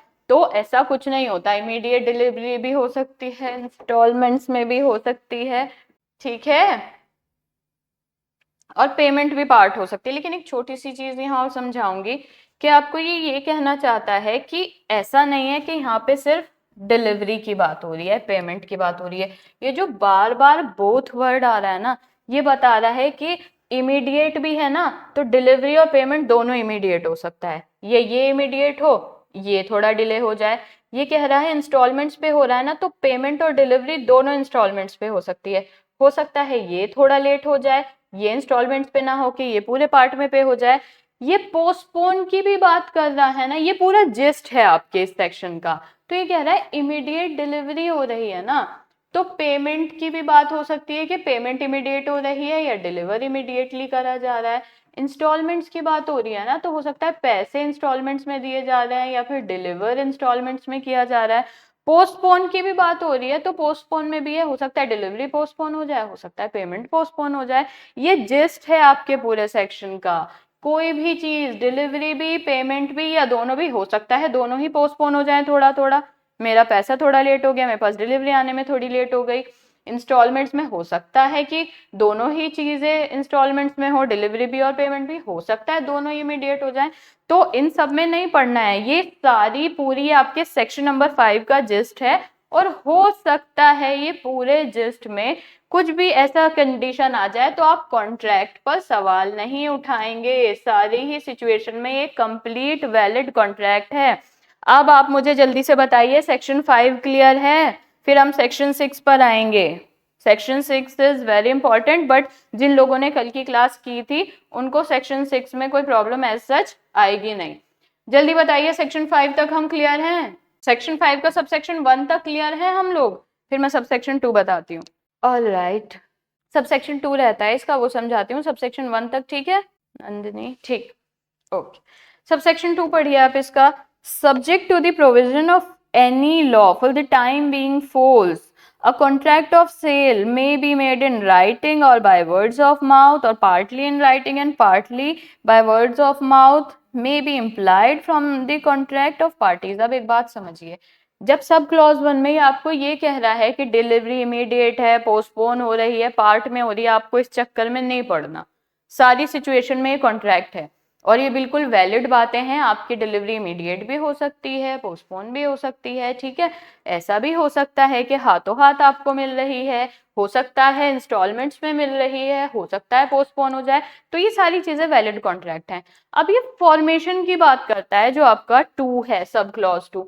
ये कह रहा है कि कभी भी जो उस टाइम के लॉज हैं उसमें इस पूरे प्रॉपर सेक्शन के हिसाब से जो कॉन्ट्रैक्ट ऑफ सेल होगा ना आपका, वो जो बन रहा है, ऐसा नहीं है, मैंने आपको कल बताया था कि अगर आप पेन लेने जा रहे हैं ना, आप उसे ऑफर देते हैं, ब्लू कलर का पेन है, वो कहता है यस है, तो ये आपका ऑफर माना जाएगा, उसका एक्सेप्टेंस माना जाएगा। आपने उससे 10 रुपए 20 रुपए जो भी दिए वो मनी कंसिडरेशन मानी जाएगी। आपने पेन लिया और आप घर आ गए, ये डिलीवरी ऑफ द ओनरशिप मानी जाएगी। तो ये एक कंप्लीट कॉन्ट्रैक्ट है। यू कांट से एक लंबे चौड़े कॉन्ट्रैक्चुअल कागज तैयार नहीं हुए थे, so this is not a contract, ऐसा नहीं होगा। ये सेक्शन वही कह रहा है। राइटिंग में भी हो सकता है रिटर्न हो सकता है सिर्फ बाय वर्ड्स ऑफ माउथ हो सकता है आधा लिखकर दे दिया हो, आधा बाय वर्ड्स ऑफ माउथ हो, कुछ भी हो सकता है। आप कॉन्ट्रैक्ट पर सवाल नहीं उठाएंगे, इनमें से कोई भी चीज पॉसिबल है। और हो सकता है कुछ भी ना हो, इनमें से एक इम्प्लाइड हो, पार्टी के कंडक्ट से ही पता चले। इम्प्लाइड, इसका एग्जांपल देती हूँ। मान लीजिए आप बहुत जल्दी में थे, आपने देखा होगा स्टेशनरीज के बाहर या एक चॉकलेट शॉप के बाहर, उसने बाहर बहुत सारी चॉकलेट्स लगा रखी है जिसपे ऑलरेडी रेट होता है, आपको पता है 10, 20, 40 जो भी है। आपने एक चॉकलेट पिक, आप चुपचाप खड़े हैं, शॉपकीपर भी अपनी शॉप पर चुपचाप बैठा है। आपने वहां से एक 100 वाली चॉकलेट उठाई चुपचाप, और उस वहां पे उसके डेस्क पे आपने 100 रुपी नोट रख दिया और उसने उठा के अपने काउंटर में डाल लिया। आप चॉकलेट उठा के घर आ गए। क्या आप दोनों ने एक दूसरे से बात की? बिल्कुल नहीं। मान लीजिए एक पानी की बोतल की शॉप है, उसने बाहर जो ग्रिल लगा रखा है उसमें बहुत सारी बॉटल्स हैं, बॉटल का प्राइस 20 रुपीज है। आप गए चुपचाप, वो भी चुपचाप बैठा है, आपने 20 वाली बॉटल उठाई, उसके काउंटर पे 20 रुपए रखे, उसने पैसे उठा के अपने काउंटर के अंदर डाल लिए और आप बॉटल लेके अपने घर आ गए। यहाँ पे आप दोनों ने एक दूसरे से बात नहीं की, कोई पेपर तैयार नहीं हुए, कोई बात नहीं हुई, लेकिन इम्प्लाइड था आपका बॉटल उठाना, आपका इंटरेस्ट, यानी आपका एक कहीं ना कहीं ऑफर शो कर रहा था कि मैं ये ले लूं, मैं ऑफर कर रहा हूं मैं सेलर को कि मैं ये ले लूं। आपने पैसे रखे, मनी कंसिडरेशन हुई, उसका पैसे उठा लेना या उसका आपको बॉटल लेने से ना रोकना इम्प्लाइड करता था कि उसने आपका ऑफर एक्सेप्ट कर दिया है कि हाँ ले लो। फिर आप डिलीवरी लेके वहां से आ गए, तो ये इम्प्लाइडली हो गया ना, आपके कंडक्ट से पता चला ना कि you are taking that bottle. ठीक है, यहाँ तक तो आई होप कोई इशू नहीं होगा। अब सेक्शन 5 तक अगर किसी को कोई इशू है तो वो पूछ ले, वरना हम आते हैं सेक्शन 6 पर। ये आगे के सेक्शन सबको क्लियर होंगे जिन्होंने क्लास कल अच्छे से ली थी। डेफिनेशन एस्पेक्ट से निकलेगा ये, subject matter of the contract क्या है, यहाँ पे गुड्स ही तो हैं, यहाँ पर गुड्स ही तो है। सब्जेक्ट मैटर हमने कल ही पढ़ा था कि जो सब्जेक्ट मैटर है यहाँ पे वो सिर्फ गुड्स हैं, एग्जिस्टिंग भी हो सकती हैं और फ्यूचर भी हो सकती हैं, ये भी मैंने आपको कल समझा दिया था। तो इसकी थोड़ी सी डिटेल में आना है, ऑल्दो मैं ये चीज आपको बहुत क्लियर करा चुकी हूँ। सेक्शन 5 तक आप लोग क्लियर हैं तो बताइए। चलिए, subject matter of a contract क्या है? सब्जेक्ट मैटर यहाँ पे मूवेबल गुड्स है ना, इमूवेबल के लिए टीपीए है, कल क्लियर किया था। और सब्जेक्ट मैटर में गुड्स भी कैसी हैं? दो तरह की हैं, एग्जिस्टिंग भी हो सकती है, फ्यूचर भी हो सकती है। अभी क्लास में शुरू करते हुए भी मैंने आपको बताया था कि जब सेल हो रहा है तो वो तो बिल्कुल एग्जिस्टिंग गुड्स का होगा, लेकिन जब अग्रीमेंट टू सेल हो रहा है तो वो तो एग्जिस्टिंग गुड्स का नहीं हो सकता है ना। 2 मिनट बोर्ड पर आते हैं, एक चीज समझते हैं। Subject matter of a contract, एक तो बैर खोलकर बैठा करें आप लोग प्लीज। अब इसमें सब्जेक्ट मैटर है, सेक्शन 6 कह रहा है आपका एग्जिस्टिंग और फ्यूचर गुड्स। ठीक है, नहीं चलेगा ना। सेक्शन 6 कह रहा है एग्जिस्टिंग या फिर फ्यूचर गुड्स।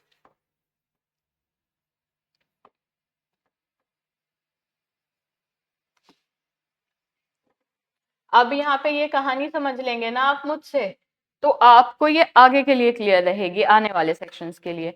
जब आपका सेल होगा तो ये तो बिल्कुल सही बात है, एग्जिस्टिंग से ही हो पाएगा, क्योंकि इसमें इमीडिएट डिलीवरी होती है ना। तो इमीडिएट डिलीवरी तो आप फ्यूचर गुड्स की ले ही नहीं सकते, फिर जो चीज एग्जिस्ट ही नहीं करती उसको तभी हाथों हाथ कैसे लेकर जाओगे। हाँ, फ्यूचर गुड्स में क्या होता है, सेल में भी हो सकता है और अग्रीमेंट टू सेल में भी हो सकता है। हो सकता है आपने जो आपकी फ्यूचर गुड्स हैं वो सेल करने के लिए आपने बोला हो। एक बात बताइए, एग्जिस्टिंग गुड्स सेल में कोई आ रहा है और आके खरीद के ले जा रहा है जो ऑलरेडी एग्जिस्ट करती हैं, जो एग्जिस्ट कर रही हैं। ए पर्सन आए, उन्होंने सेल का बात की कि मुझे ये बॉटल ऑफ वाटर चाहिए, मुझे दे दो। एग्जिस्टिंग थी, एग्जिस्ट करती थी वहां पे, और ये ले गए उसको, इमीडिएट डिलीवरी हो गई, एग्जिस्टिंग गुड है, जो है मौजूद अभी, जिसका कॉन्ट्रैक्ट किया जा रहा है। हमारा Indian contract act future goods के कॉन्ट्रैक्ट पे ज्यादा भरोसा नहीं करता है, वो बहुत सी जगह उसको मना करता है, इसीलिए सेल्स ऑफ गुड्स अलग हुआ था, एक कारण ये भी मान लीजिए। बट फ्यूचर गुड्स में क्या होगा, एक तो मैं किसी से बोल रही हूं कि मुझे चाहिए 100 लोगों का खाना। पहली बात तो ये है कि ये अभी एग्जिस्ट ही नहीं कर रहा है, ये अभी है ही नहीं। जो चीज अभी है ही नहीं, क्या मैं उसको इमीडिएटली ले जाऊंगी? ले जा सकती हूँ मैं 100 लोगों का खाना जब वो एग्जिस्ट ही नहीं कर रहा है। अगर ये एग्जिस्ट ही नहीं कर रहा है तो मैं इमीडिएटली, प्लीज यस, इमीडिएटली ले जा ही नहीं सकती, और नहीं ले जा सकती तो मैं यहाँ पे सेल तो कर ही नहीं सकती ना फ्यूचर गुड्स में। जब मैं उस चीज को इमीडिएटली नहीं ले जा सकती तो मैं सेल भी नहीं कर सकती। लेकिन यहाँ पे मैंने बोला कि मुझे 200 बॉटल ऑफ वाटर चाहिए, 200 बॉटल्स चाहिए मुझे पानी की, वो एग्जिस्ट करती हैं। हो सकता है उसकी शॉप पर ना हो, उसके गोडाउन में हो, पर एग्जिस्ट तो है, उसे अभी बनाने नहीं है। तो वो मुझसे ये कह दे, हो सकता है शॉप पर ही रखी हो, या तो वो मुझसे कह दे ओके लाता हूं, वो अभी एट दैट मोमेंट मुझे डिलीवर कर दे, या कह दे कि 200 तो अभी दुकान पे नहीं है, गोडाउन से आएंगे आप लोग, आप 2 घंटे रुक जाइए बस। तो एग्जिस्टिंग गुड्स में सेल भी हो रही है और अग्रीमेंट टू सेल भी हो रहा है ना। कॉमन सेंस से सोच लेना, रटना ही नहीं पड़ेगा। जो चीज एग्जिस्ट करती है चाहे अभी ले जाओ चाहे 2 घंटे बाद ले जाना, जो चीज एग्जिस्ट ही नहीं करती उसे अभी ले जाने का तो मतलब ही नहीं है ना, बाद में ही जाएगी ना, वो तो बाद में ही जाएगी, तो अग्रीमेंट टू सेल में ही आएगी। Are we clear till here? चले अब हम सेक्शन 6 की लैंग्वेज पढ़ते हैं, एग्जिस्टिंग और फ्यूचर गुड्स। आप लोग क्लियर हो गया है ना एग्जिस्टिंग गुड्स क्या है, फ्यूचर गुड्स क्या है? कल भी बहुत अच्छे से कराने की कोशिश की थी। लैंग्वेज रीड करें, ठीक। एग्जिस्टिंग गुड्स और फ्यूचर गुड्स, बैरेट देखिए आप लोग, नहीं है जिनके पास वो स्क्रीन देख लेना। The goods which fall in the subject of a contract of sale में ईदर एग्जिस्टिंग गुड्स, अब कॉन्ट्रैक्ट की फॉर्मेशन हो रही है, कॉन्ट्रैक्ट बनाया जा रहा है, तो या तो एग्जिस्ट कर रही है गुड्स अभी, ओन करता है, पोजेस करता है जो सेलर है उसके पास है अभी, या फिर फ्यूचर गुड्स हैं वो अभी उसके पास है नहीं, पर हाँ वो ला देगा या वो बना देगा या अक्वायर कर देगा। क्या 3 वर्ड्स बताए थे कल मैंने डेफिनेशन क्लॉज से फ्यूचर गुड्स में? मैन्युफैक्चर कर देगा, प्रोड्यूस कर देगा या एक्वायर कर लेगा, ये 3 वर्ड्स यूज किए थे। सेम चीज यहाँ पर भी है कि फ्यूचर गुड्स है तो अभी तो उसके पास ही नहीं है, या तो वो एक्वायर कर लेगा या उनको बना देगा, मैन्युफैक्चर कर लेगा, प्रोड्यूस कर लेगा। तो क्या कह रहा है, the goods which form the subject of a contract of sale, या तो वो एग्जिस्टिंग है अभी है आओ और ले जाओ, या फिर उसी को ही कॉन्ट्रैक्ट करके बाद में ले जाना, या फ्यूचर गुड्स है जो कि आपको बाद में ही मिलेगी। एग्जिस्टिंग गुड्स है तो आपका सेल भी हो जाएगा, आप इमीडिएट भी ले जा सकते हैं और आप उसको एक अग्रीमेंट के थोड़ा पीरियड के बाद भी। लेकिन फ्यूचर गुड्स के केस में कभी भी सेल तो हो ही नहीं पाएगा, एग्जिस्ट ही नहीं करती, तो हाथों हाथ क्या लेंगे, यहाँ पे सिर्फ अग्रीमेंट टू सेल ही हो सकता है। ठीक, ये भी ठीक है। तो अगर एग्जिस्ट कर रही हैं वो गुड्स तो वो उसी टाइम पे ओन होंगी, उसके पास होगी, या वो पोजेस करता होगा सेलर के पास, है ना।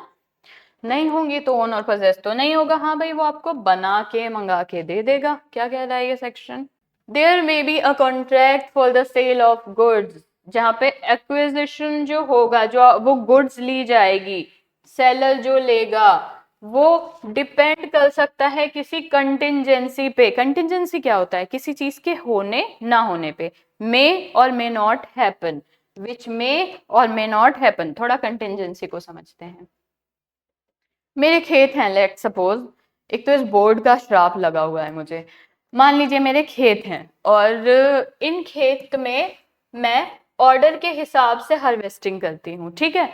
जितना भी कोई आता है कि हम लोगों को इतना टमाटर चाहिए, हरी मिर्च चाहिए, जो भी चीज मैं उगा सकती हूँ, तो वहां पे उनके ऑर्डर के हिसाब से मैं हार्वेस्ट करती हूँ। एक तो चुटकी बजा के हार्वेस्ट होगा नहीं, टाइम चाहिए मुझे तो वो सेल नहीं है, वो अग्रीमेंट टू सेल है, ठीक है।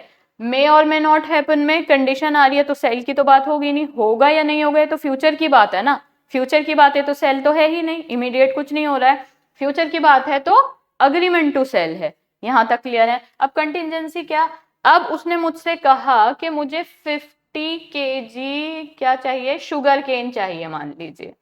अब शुगर केन के लिए मैंने उससे कहा कि देखो मैं ट्राई तो करूंगी यहाँ पे उगाने का, पर मेरे हाथ में नहीं है, डिपेंड करेगा बारिश पे, रेन पे। अगर इस साल अच्छी बारिश हो गई तो हाँ बिल्कुल आना और मुझसे शुगर केन ले जाना, लेकिन अगर अच्छी बारिश नहीं होती है तो मैं नहीं दे पाऊंगी, मेरे हाथ में तो है नहीं। तो किस पे डिपेंड कर रहा है? कंटिजेंसी पे, है ना। हो सकता है हो जाए और हो सकता है ना भी हो। अगर बारिश हो गई तो फिर तो कॉन्ट्रैक्ट हमारा फुलफिल हो जाएगा, शुगर केन उग जाएंगे और मैं उनको दे दूंगी। अगर बारिश नहीं हुई तो शुगर केन नहीं उग पाएगी ना, फिर तो मैं उन्हें कैसे ही दूंगी। तो ये होती है कंटिजेंसी। सबको कंटिजेंसी क्लियर है? इंपॉर्टेंट वर्ड है, आपको being a law student word का मतलब पता होना चाहिए। चले सब section 3, whereby a contract of sale the seller purpose, और दे सबसे पहले words whereby contract of sale the seller, अभी समझाऊंगी, पढ़ लीजिए। Purpose to effect a present sale और फ्यूचर गुड्स, सेल तो अभी हो रहा है, ठीक है, अभी हो रहा है सेल, लेकिन गुड्स कौन सी हैं? फ्यूचर गुड्स हैं। गुड्स अभी एग्जिस्ट नहीं करती हैं, लेकिन सेल के लिए हमने प्रेजेंट में ही अग्रीमेंट कर लिया है। तो वो ऐसा दिखाएगा कि जब ये परपर्ट्स टू इफेक्ट का मतलब है कि ये जो सेलर है ना आपका, ये इनको ऐसा दिखाने का कोशिश करेगा कि हाँ भाई ये चीज पॉसिबल है, आप कर लो, कॉन्ट्रैक्ट हो जाएगा। तो जो इसमें सेलर है वो ऐसे परवर्ट्स करेगा इफेक्ट को कि हाँ प्रेजेंट में आप उस चीज के लिए अग्री कर जाइए, फ्यूचर गुड्स हैं but I can make it. तो ये बताता है कि सेलर को लगता है that he can make it, ठीक है। तो प्रेजेंट में उन्होंने कॉन्ट्रैक्ट किया किसी फ्यूचर गुड्स के लिए। अब जो ये कॉन्ट्रैक्ट माना जाएगा, गुड्स एग्जिस्ट नहीं करती, तो क्या है? Agreement to sale the goods. ये तो आपको मैंने कहा था ना, आगे तक बार बार आता रहेगा। Agreement to sale the goods, जिसमें फ्यूचर गुड्स की बात हो रही है, इमीडिएट डिलीवरी है ही नहीं, ये तो आपको अब ऑलरेडी पता है, आप कई बार समझ चुके हैं। तो कोई चीज बार बार आएगी, इसीलिए वो हमने पहले क्लियर कर ली थी। अब ये इंपॉर्टेंट है, goods perishing before making of the contract. Perishable चीजों के बारे में किसी को पता है? चलिए, हाँ, पेरिशेबल चीजों के बारे में किसी को पता है? पेरिशेबल होता है जो चीज खराब हो सकती है, नष्ट हो सकती है। तो इसमें भी ना एक दो एस्पेक्ट होंगे, अब इसको पहले ही क्लियर कर लेते हैं ताकि डायरेक्ट पे आए ना तो हमें परेशानी नहीं हो। क्या चाहता है ये? पेरिशेबल, इसके अंदर दो चीज हो सकती हैं। चीजें खराब हो रही हैं गुड्स, वो तो है ही बात, बट चीज खराब होने के भी तो दो चीज हो सकती है। कौन कौन दो लोग हैं हमारे पास? सेलर भी हैं, बायर भी हैं। मान लीजिए मैं कॉन्ट्रैक्ट कर रही हूँ टमाटर बेचने का, आई एम सेलिंग टोमेटोज, और मेरे गोडाउन में टोमेटोज रखे हैं 100 kg। बीइंग अ सेलर, मुझे पता है कि मेरे पास 100 kg टोमेटोज अवेलेबल हैं और मैंने तो उन्हें अच्छे से स्टोर किया था, फ्रीज किया था, सब कुछ है। तो मेरे हिसाब से वो बिल्कुल ओके की कंडीशन में है, कोई प्रॉब्लम नहीं है। तो ये जो बायर है, मैं इनके साथ कॉन्ट्रैक्ट कर लेती हूँ कि चलिए आप खरीद लीजिए मेरे 100 के टोमेटोज, कितने भी पैसे में, कितने के आएंगे, 100 के ही मान लीजिए, खरीद लीजिए, ठीक है, कॉन्ट्रैक्ट हो गया। लेकिन आपको आगे के सेक्शन के लिए इंपॉर्टेंट है, सेलर को अभी पता है कि ओके की सिचुएशन में है टोमेटोज, बिल्कुल ठीक है। अब ये कॉन्ट्रैक्ट साइन हो गया, eight the time of delivery पता लगता है कि ये टोमेटोज तो सड़ चुके हैं, पेरिश्ड हो चुके हैं। जब कॉन्ट्रैक्ट बन रहा था तब सेलर नहीं जानता था, हाँ, बट अब जब उसने डिलीवरी के लिए वहां जाकर देखा तो उसको समझ आया कि ये तो पेरिश्ड हो चुके हैं। तो अब यहाँ पे सिचुएशन क्या होती है कि इन दोनों को जो कॉन्ट्रैक्ट था ना वो अवॉइड करना पड़ेगा। गलती किसी की नहीं है, ये कंपनसेशन का पॉइंट नहीं आएगा यहाँ पे। जितना समझने का है वो ये है कि यहाँ पे कॉन्ट्रैक्ट अवॉइड करना पड़ेगा क्योंकि ये भी अनअवेयर थे, ठीक। तो ये कुछ पेरिशेबल से लेकर रिलेटेड वो है। अब हम सेक्शन के ही वर्डिंग्स देख लेते हैं, बिकॉज अब आप समझ जाएंगे इस चीज को। चलिए, where there is a contract for the sale of specific goods, ठीक है, किसकी सेल हो रही है? स्पेसिफिक गुड्स की। क्या थी स्पेसिफिक गुड्स? हमारे टोमेटोज। कोई भी चीज नहीं हो सकती ना, चलो टोमेटो तो पेरिश्ड हो गए, आप अब पोटैटो ले लो, ऐसा नहीं हो पाएगा ना, स्पेसिफिक गुड्स होती हैं, ठीक है।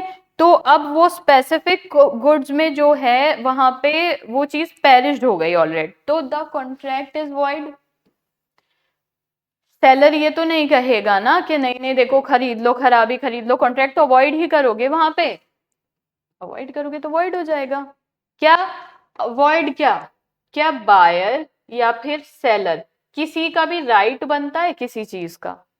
नहीं, किसी का भी किसी चीज का राइट नहीं बनता था, तो contract is void if the goods without the knowledge of the seller. मैंने पहले ही बताया था ना, वो टोमेटोज खराब हो चुके हैं, इस बारे में सेलर को नहीं पता है, ठीक है। तो जब कॉन्ट्रैक्ट बन रहा था उस टाइम पे नहीं जानता था सेलर के पेरिश्ड हो चुके हैं वो टोमेटोज। अब जब वो पेरिश्ड हो गए और कॉन्ट्रैक्ट करते हुए सेलर को पता ही नहीं था, तो कॉन्ट्रैक्ट तो आपका वॉइड हो जाएगा। अब देखिए यहाँ पे आप क्लियर हो गए हैं क्योंकि आपने स्टोरी सुन ली थी, ठीक। और क्या कहता है ये? पेरिश, ठीक है, नॉलेज नहीं थी सेलर को। तो at the time when the contract was made perish और become so damage as no longer to answer their description of the contract. Contract तो वॉइड है ही, लेकिन दो चीजें हैं, एक तो पेरिश्ड हो गए, खराब हो गए हैं। एक सिचुएशन ऐसे भी हो सकती है नॉट कंप्लीटली पेरिश्ड। अब वो जो मान लीजिए कि ये जो टोमेटोज थे वो फुली पेरिश्ड नहीं हुए हैं, लेकिन उसके ऊपर ना किसी ने, इसके एम्प्लॉय ने सामान रख दिया, कोई वजनदार सामान, जिसकी वजह से ये स्क्वीज हो गए। अब स्क्वीज हो गए तो जो सेल होनी चाहिए थी उन टोमेटोज की, यहाँ पे भी कॉन्ट्रैक्ट वॉइड ही रहेगा, क्योंकि वो पेरिश्ड तो हुई हैं या कंप्लीटली पेरिश्ड भी नहीं हुई हैं, और सेलर को पता भी नहीं था। तो पेरिश्ड वाला तो कॉन्सेप्ट आपको क्लियर हो गया। तो वो पेरिश्ड तो हुई हैं, लेकिन साथ साथ हो सकता है सड़ा ना हो वो टोमेटो। पेरिश्ड इज समथिंग जो सड़े हुए का होता है, लेकिन वो डैमेज इस तरीके से हो गई हैं। यानी ये जो बॉक्स था जिसमें टोमेटोज थे, उसके ऊपर कुछ इतना वेट रख दिया गया कि टोमेटो स्क्वीज हो गए। अब स्क्वीज हो गए तो अब वो उस काम के नहीं रहे ना जिसलिए वो चाहिए थे। कॉन्ट्रैक्ट में तो लिखा था आपको हम 100 kg फ्रेश टोमेटोज देंगे, तो वो अब वो टोमेटोज जो है no longer to answer to their description ना। डिस्क्रिप्शन तो ये था 100 kg टोमेटोज, ऐसा थोड़ी था स्क्वीज्ड केचप बने हुए टोमेटो देंगे। तो अब वो जो कॉन्ट्रैक्ट हुआ था वो उस डिस्क्रिप्शन पर ही खरे नहीं उतर रहे हैं, इतना डैमेज हो चुके हैं, तो आपका कॉन्ट्रैक्ट क्या हो गया है, वॉइड। ठीक है, क्योंकि हमारा सेलर जो था वो अनअवेयर था इस बात से। ठीक है, सेलर जो था वो अनअवेयर था। यहां तक भी क्लियर हैं आप? किसी को कोई इशू तो नहीं है? सेक्शन नंबर 6 भी क्लियर है, 7 भी क्लियर है हमारा। अब आप बताइए 8 पे आ जाएं। इस भी पेरिश वाली स्टोरी ही रखिएगा अपने दिमाग में, बट ये कह रहा है goods perish before sale but after agreement to sell. वो पीछे क्या हो रहा था कि अग्रीमेंट टू सेल और सेल का कोई हिसाब नहीं था, बस ये था कि कॉन्ट्रैक्ट बना है, कॉन्ट्रैक्ट मेड हुआ है, उस टाइम पे सेलर को नहीं पता है।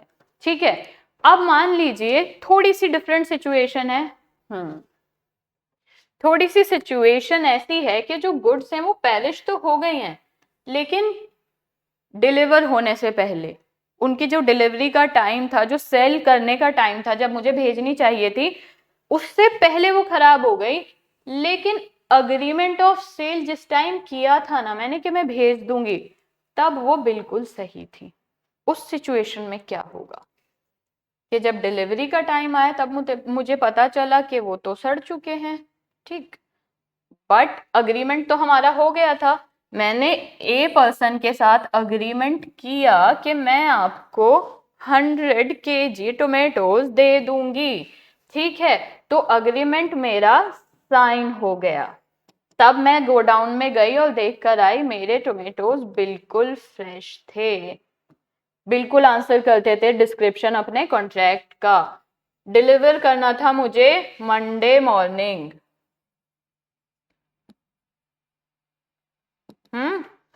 जो मैंने साइन किया था ये मैंने संडे को किया था इवनिंग में। ठीक है, संडे इवनिंग में मैंने कॉन्ट्रैक्ट साइन किया कि मैं 100 kg टोमेटो आपको डिलीवर करा देंगे। ठीक है, जब तक हमारा अग्रीमेंट साइन हुआ तब बिल्कुल सही थे टोमेटोज, और मुझे डिलीवर कब करने थे, मंडे मॉर्निंग। मंडे मॉर्निंग में गोडाउन में जाकर देखती हूँ तो मुझे पता लगता है रात इतनी बारिश हुई, इतना सामान गिरा उस पे कि ये स्क्वीज हो गए, सारे खराब हो गए, अब नहीं हो सकता। लेकिन अग्रीमेंट टू सेल तो हो चुका था, अब मैं इन्हें डिलीवर अगर आज करा पाती तो ये सेल भी बन जाता ना जब एग्जीक्यूट हो जाता कॉन्ट्रैक्ट। बट ये तो हो ही नहीं पाया, दे आर स्क्वीज नाउ। तो अब किसकी लाइबिलिटी है, क्या है, पढ़िए section. Where there is an agreement to sell specific goods, जो कि हमारे टोमेटोज हैं, और फिर उसके बाद क्या हुआ, जो गुड्स हैं मेरा फॉल्ट नहीं था, मैं आपको बता रही हूँ ना, अच्छी खासी वो हुआ था। मंडे मॉर्निंग मुझे पता चला बारिश इतनी हुई, सामान इतना गिरा तूफान से, तो नहीं था मेरा फॉल्ट, मेरा भी नहीं था। और वो बायर जिसको खरीदना है वो तो बेचारा अपने घर बैठा है, उसका क्या ही फॉल्ट होगा, या तो वो पेरिश हो गई या खराब हो गई हैं चीजें। तो अब क्या होगा इसमें, या फिर इतना डैमेज हो गया है, वो बारिश से सड़ गया है, डैमेज हो गया है कि अब वो रहा ही नहीं अपने डिस्क्रिप्शन पे, जो वो 100 kg फ्रेश टोमेटो का डिस्क्रिप्शन था हमारा, हमने जो अग्रीमेंट किया था। फिर क्या होगा, हमें इसको अवॉइड करना पड़ेगा, क्योंकि अभी तक तो रिस्क जो था वो मेरे ही पास था ना एज अ सेलर। अभी ट्रांसफर नहीं हुआ था तो पास तो हुआ ही नहीं ना अभी बायर को, वो पास हो जाता तब की अलग बात थी, अभी तो मेरे ही पास था क्योंकि अग्रीमेंट टू सेल था। और अभी एग्जीक्यूट होके अगर वो सेल बन जाता, मान लीजिए वो घर ले जाता इसे टोमेटोज को, और फिर उसके गोडाउन में बारिश होती तब स्क्वीज होती, तब तो पास हो गया होता वहां पे, अभी नहीं हुआ था। तो अभी ये कॉन्ट्रैक्ट तो हमें अवॉइड करना पड़ेगा। अब वो मुझसे डैमेजेस मांगने थोड़ी आ जाएगा कि आप मुझे पे करो, आपकी वजह से मैं टोमेटो नहीं खरीद पाया। भाई मेरी भी गलती नहीं थी, मुझे क्या पता था, मेरा तो खुद नुकसान हो गया। ठीक है, अब आ जाते हैं, अब थोड़ी सी स्ट्रेंथ और बनाइए, 2 मिनट का और काम है। The price, ascertainment of price. आप मुझे साथ साथ प्लीज बताते चलिए कि आप लोग यहाँ तक क्लियर है ना बहुत अच्छे से, किसी को कोई कंफ्यूजन तो नहीं है? बिल्कुल क्लियर है हम लोग यहाँ तक? 9 और 10 और करते हैं। स्टोरी सी क्लियर रखिए, आपको वो बहुत काम आएगी। ठीक, प्राइस। अब एक बात बताइए, इसको छोड़िए सेक्शन क्या कहता है थोड़ी देर के लिए। आपको एक वॉच पसंद आ रही है, जिसे आपने कहाँ देखा है? एक शॉप पर देखा है। ठीक है, क्या सिचुएशन होगी कि शॉपकीपर ने तो पहले से ही एक प्राइस जो है वो डिसाइड कर रखा होगा ना, लेकिन हम लोगों में क्या आदत है? ओके सीमा, हम लोगों में क्या आदत है कि थोड़ा बहुत बार्गेन भी तो करेंगे। एक प्राइस उसने इसका 10K कर रखा था, मैं बार्गेन कर रही हूँ, मैंने बोला 9K ले लो। प्राइस ऊपर नीचे शफल हो रहा है, चेंज हो रहा है, तो प्राइस भी तो किसी तरह डिसाइड ही होता होगा। क्या शॉपकीपर को नहीं पता होगा कि एट लास्ट मैं सिर्फ इतने में ही लूंगा? वो पहले से भी सोचे रहता होगा ना। हो सकता है उसने लास्ट प्राइस एक 8K डिसाइड कर रखा होगा कि भाई इतने में तो मुझे भी बेनिफिट नहीं होगा, अगर इससे नीचे जाऊंगा तो प्राइस किसी तरह तो डिसाइड होता होगा गुड्स का, कुछ तो होगा ही जो प्राइस का खेल चलता है। अब क्या होगा आपका एक्ट, क्या कहता है उसमें?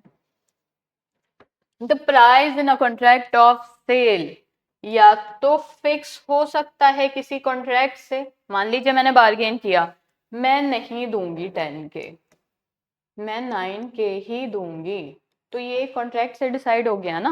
अब कॉन्ट्रैक्ट वहां पे लंबे चौड़े कागज थोड़ी ले जाना है, मूवेबल गुड्स का है, तो ये कॉन्ट्रैक्ट से डिसाइड हो गया ना। और या हो सकता है कि भाई कुछ शॉप्स पर जाते हैं फिक्स्ड प्राइस, कभी हम लोग ज्यादा में जाकर थोड़ी बार्गेन कर सकते हैं, वहां थोड़ी कह सकते हैं कि ये शर्ट मैं 10K में नहीं 9K में लूंगी, ऐसा नहीं होता ना। तो फिक्स्ड भी हो सकता है प्राइस, या एक मैनर भी होगा कि जो अग्रीमेंट होगा प्राइस को फिक्स करने का, यहाँ पे मैनर क्या होगा, ये लोग अपने आप देखेंगे ना कि कितनी कॉस्ट आ रही है, क्या हो रहा है, कितने पे बिकना है। यार चलिए, तो बहुत बड़ा एग्जाम्पल हो गया। मान लीजिए आपने वही लंच को कंटिन्यू करते हैं, आपने बोला, चलिए यही देखिए, आपने बोला कि ये जो 100 लोगों के लिए लंच चाहिए, आपने बोला इसके 20K लगेंगे, लेकिन आपसे जो लंच खरीद रहे थे उन्होंने बताया कि आप जो सामान लाएंगे वो ज्यादा से ज्यादा 4K का बैठेगा, और सामान 4K का है, बहुत होगा तो 4K ही आप अपने बनाने के ले लेना, ये तो बहुत रीजनेबल है। चलिए फिर भी 2K थोड़े एक्स्ट्रा ले लेना, 20K का तो सवाल ही नहीं उठता। तो एक मैनर में फिक्स किया है ना उन्होंने प्राइस, उन्होंने कॉस्ट देखी, सामान देखा, लागत देखा, सब कुछ देखकर एक मैनर से प्राइस डिसाइड हुआ ना। या फिर डिटरमाइन किया जा सकता है कोर्स ऑफ डीलिंग से दोनों पार्टीज के बीच। कभी आपने सुना है एक मार्केट प्राइस होता है, ये थोड़ी इकोनॉमिक्स में चले गए हम, लेकिन इस पॉइंट को समझाने के लिए जरूरी है। एक मार्केट प्राइस होता है, कोई एक चीज जो मार्केट में एक सर्टेन प्राइस पे बिक रही होती है ना, थोड़ा बहुत 1-2 रुपया ऊपर नीचे होगा, लेकिन ऑलमोस्ट पूरी मार्केट में उस चीज का प्राइस वही होगा। एक 5 रुपए का आने वाला बॉल पेन, एक 10 रुपए का आने वाला बॉल पेन कहीं किसी दुकान पर आपको 2 से 3 रुपए में नहीं मिलेगा। एक मार्केट प्राइस भी होता है जो डिटरमाइन होता है पार्टीज के बीच में, एक उसकी डिटर्मिनेशन होती है, प्राइस फिक्स्ड होता है, वो एक मार्केट प्राइस होता है। तो डिटर्मिनेशन क्या होती है, पार्टी, अब मान लीजिए आप उसी चीज के 100 पीसेस लेने चले गए, तो 100 के लिए आप उसको क्या बोल देंगे ज्यादा से ज्यादा कि नहीं जी आप, मैं 100 ले रहा हूँ, आप थोड़ा डिस्काउंट दे दो, तो डिस्काउंट के नाम पे वो आपको एक पेन फ्री दे देता है। ये हो सकता है ना, बस ऐसा नहीं हो सकता ना कि वो आपको 10 रुपए का पेन 2 रुपए का लगा लेगा, दिस इज नॉट पॉसिबल ना। तो ये था इसका एक क्लॉज। अब दूसरा क्या कहता है कि जो प्राइस जब डिटरमाइन ही नहीं हुआ, मान लीजिए कोई एक ऐसी चीज है जहां पे पता ही नहीं लग रहा कि प्राइस है कितना, ठीक है, अब कोई भी जो नॉर्मल प्रोविजन चल रहे हैं उनके हिसाब से, तो वहां पे क्या होगा कि जो बायर जो पैसे देगा ना सेलर को, वो एक रीजनेबल प्राइस दे देगा। रीजनेबल प्राइस क्या होगा? जो उस टाइम पे मार्केट प्राइस है, या फिर ऑर्डिनरी कोर्स में आप उसको थिंक कर सकते हैं कि हाँ इतना ही होगा। तो जो रीजनेबल प्राइस होता है ना, ये हमेशा एक क्वेश्चन ऑफ फैक्ट होता है। क्वेश्चन ऑफ फैक्ट कैसे? मार्केट में उस टाइम पे क्या प्राइस चल रहा है, ये मैं आज अगर कोई चीज 10 रुपीज की खरीद पा रही हूँ तो मैं 20 साल के बाद उस प्राइस को थोड़ी कर सकती हूँ। मान लीजिए एक 80 साल का आदमी है जिसने कभी जब वो यंग था उसने एक नोटबुक 25 पैसे की ली होगी, वो आज एक स्टेशनरी पे जाता है, वो कहता है कि प्राइस तो डिटरमाइन है नहीं, नोटबुक पे कोई एमआरपी तो पड़ा नहीं है उस पे, मान लीजिए नोटबुक पे एमआरपी नहीं था, तो वो कहने लगा कि भाई नहीं, जब मैंने लास्ट खरीदी थी 25 पैसे की खरीदी थी, ज्यादा से ज्यादा 50 पैसे ले लो। ऐसे नहीं होगा ना, उसे एक रीजनेबल प्राइस पे करना पड़ेगा। Reasonable price question of fact होता है, तो वो 25 पैसे आज नहीं थे, वो 80 साल का आदमी हो रहे हैं, ये मार्केट प्राइस के हिसाब से आएगा। क्वेश्चन ऑफ फैक्ट है आज क्या चल रहा है उस चीज का। तो रीजनेबल प्राइस की कोई डेफिनेशन नहीं होती है, रीजनेबल प्राइस हमेशा एक क्वेश्चन ऑफ फैक्ट होता है। उस टाइम क्या है, कैसे सरकमस्टांस है, 80 साल पहले की बात तो नहीं है ना, कि सब वो हर पर्टिकुलर केस में अलग अलग होंगे। आप पेन के रेट को चीनी के रेट से नहीं मिलाओगे, या 80 साल पुरानी बात को आज की बात से नहीं मिलाओगे, ये सारी चीजें डिफर करेंगी। Are we clear till here? Section 10 है agreement to sell at valuation, ये हम डिटेल से कल पढ़ेंगे, पर आप मुझे बताइए आज के लिए यहां तक क्लियर हैं हम लोग? हमने जितने भी सेक्शंस आज किए उसमें किसी को कोई दिक्कत तो नहीं है ना? जो आपकी सेक्शन 3 है ना, सेक्शन 3 सिंपली ये कहता है कि जो प्रोविजन है, मान लीजिए जो आपका सेल्स ऑफ गुड्स एक्ट है, ये इंडियन कॉन्ट्रैक्ट से ही तो निकला है। तो सीधी सी बात है कि दोनों में बहुत सारे एक्ट ऐसे चीजें सेक्शंस ऐसी होंगी जो सेम होंगे, जो एक दूसरे को कॉन्फ्लिक्ट कर रहे होंगे। कल मैंने बहुत अच्छे से समझाया था कि अगर गुड्स भी है तो गुड्स सोगा में भी होगा और कॉन्ट्रैक्ट एक्ट में भी होगा, जबकि सोगा फ्यूचर गुड्स को बिल्कुल अप्रूव करता है बेचना, और बहुत जगहों पे इंडियन कॉन्ट्रैक्ट एक्ट मना करता है फ्यूचर गुड्स के लिए।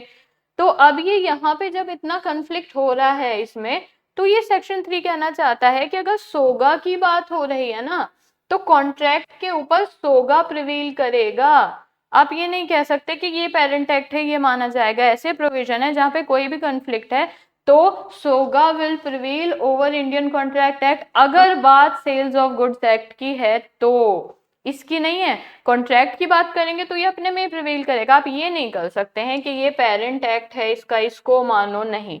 सेल्स ऑफ गुड्स एक्ट में बहुत सी ऐसी चीजें हो सकती हैं जो इसके साथ मैच ना खाएं। फ्यूचर गुड्स ही ले लो सबसे पहले, तो वो तो आपने समझा हुआ है, बहुत जगहों पे मना करता है। तो आप ये नहीं कहोगे ना हम तो कॉन्ट्रैक्ट की बात मानेंगे, नहीं। जब आप सेल्स ऑफ गुड्स एक्ट पढ़ेंगे तो आपको सेल्स ऑफ गुड्स एक्ट की ही बात माननी पड़ेगी। क्लियर हो गया आपको सेक्शन 3 भी? That's it for now. Alright, thank you so much.